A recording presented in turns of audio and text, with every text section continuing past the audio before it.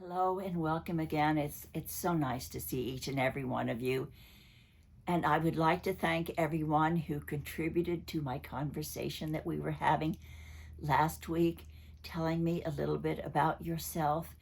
It was so wonderful because it allowed me to get to know some of you much better. And I know the other people in our community probably enjoy reading about you and your life and where you live in the world.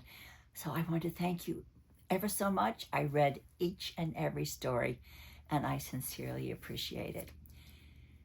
As you know, I have done maybe over 600 videos and talking about various things, and I'm getting ready to go to my granddaughter's graduation in Lexington. So this has been a really busy week for me.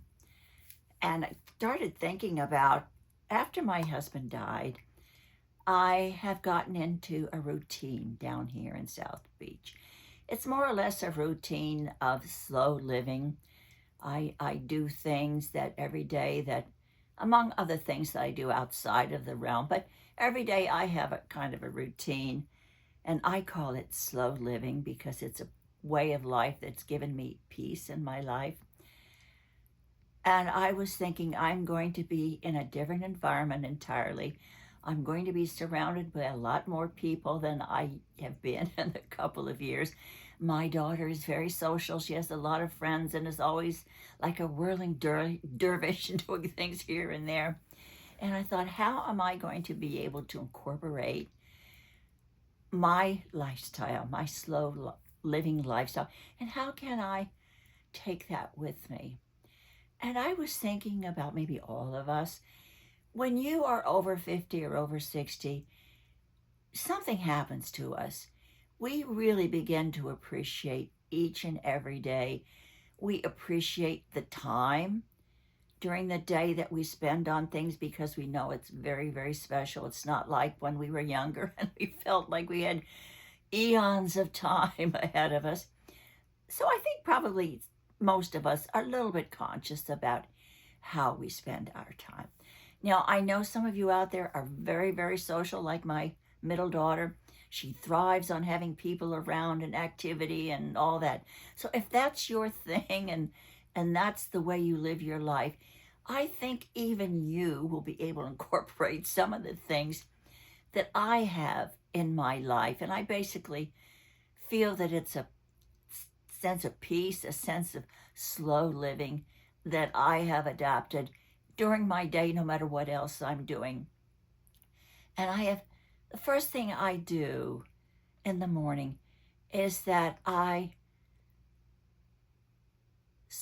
go out, spend time, on my balcony with a cup of coffee. And it can be any place that you can sit and have a quiet moment where maybe you meditate, you say a morning prayer, you sit with your dog or somebody that gives you comfort, but you just give yourself at the beginning of the day that sense of peace, and you're starting your day with a calmness that you can gather. It's just it's like a flower opening up. It's just a slow beginning of your day. Have any of you ever seen daylilies? And I just absolutely love them. And I had a bunch of them in New Jersey and I miss them. But how they're closed, and then all of a sudden in the morning, they slowly open up and blossom. And by the end of the day, it's a full blossom. And then when the day is done, they close back up again. Well, that's the way that I begin my day, slow living. And I know I can take that with me, and I'm going to have to find a space somewhere where I can sit out on my daughter's deck and listen to the birds, say a morning prayer, and just have that few minutes of peace by myself. And it's the way that I start the day. And here I'm very good at, when I have my meals, I absolutely don't multitask. It is so tempting if you've been busy during the day and you're sitting down, you say, oh, finally, I have a minute to sit down and do something. It's so easy to be on your phone, to be talking to somebody, but doing something else while you are eating. And I have learned that when I am having my meal, no matter how big or small, I take time to enjoy the flavor. I savor the food. I thank God for the meal that I'm having, but I don't multitask. I take that time while I'm eating to really enjoy eating. And that's what we used to do around the family table, I think. Even though we had conversation, it was a time where we were slow. We took time to eat. We took time to really savor what we were putting in our mouths. And I'm going to have to try to continue that even maybe around the chaos that I might be living in when I go to Lexington.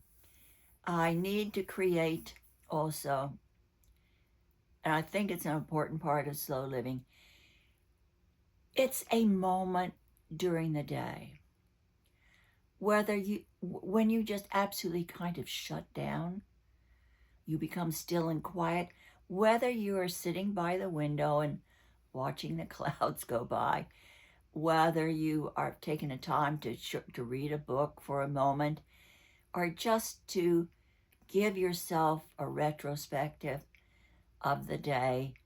In the middle of the day with a cup of tea, maybe, it's really important to just stop what you're doing, take that breath, and I try to do deep breathing exercises, but it's just a moment in time. So I know that I can find a space somewhere in my daughter's house or outside somewhere where I can just relax and be alone and take that time, those few moments for myself. And actually, it's liberating, and it's also re-energizing. I find that when I do that, when I'm finished with this down period with a cup of tea or just thinking about things and meditating, when I'm finished, I don't have that 4 o'clock slump or that 5 o'clock slump. I am re-energized. It really does help me regroup my energy at my age so that I can enjoy the rest of the day. I have learned here in Florida also that I don't have to have a lot of people around me and be chatting all day long with everybody. I have found that being selective about your conversations and about the people that you really spend your time with is really important. Because when you're spending your time with someone and when you're talking with someone, maybe your grandchildren and your family, a dear friend that you honestly love and that you can bare your soul to, those deep conversations are more important than a bunch of superficial conversations that you can have with everybody that waste your time and waste your day. I know it sounds selfish, but it's something that I really had to control. And I've really, at my age, I realize how important time is.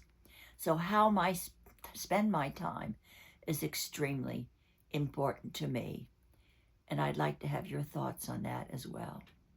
And the last thing, number 5, that I do, and I learned this a long time ago, and I've talked about it before, is that it's okay to say no without guilt. These are things that I know that I can take with me no matter where I am. And when I hear all about everything that's happening in the world and the whirling dervishes that are around me constantly bombarding me on the news, and especially down here in South Beach, we have so many tourists now, and they're running and they're walking and they're on their cell phones or their iPhones, whatever, and they're bumping into people and they take up the whole sidewalk and they're not cognizant of anybody that's around them. And I look at them, a lot of them are younger, and I said, oh, you really are going to learn a lesson in life, that someday you will realize slow living is going to save your life and going to save your peace of mind. Now, that doesn't mean if you're a very social person and you love being around a lot of people, that's fine, that's okay. But within your own parameters, you can practice these 5 things during your day or during your week, and honestly, it will give you more peace and satisfaction. I hope to see you next week, and hopefully I will be able to upload on the farm. I don't know how good her internet is there, but I will be coming to you from a horse farm. So I'm going to show you horses and dogs and a different type of environment while I'm there.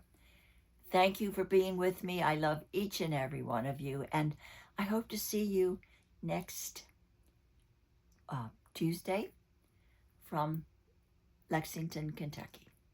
Take care, and I hope you have a beautiful day.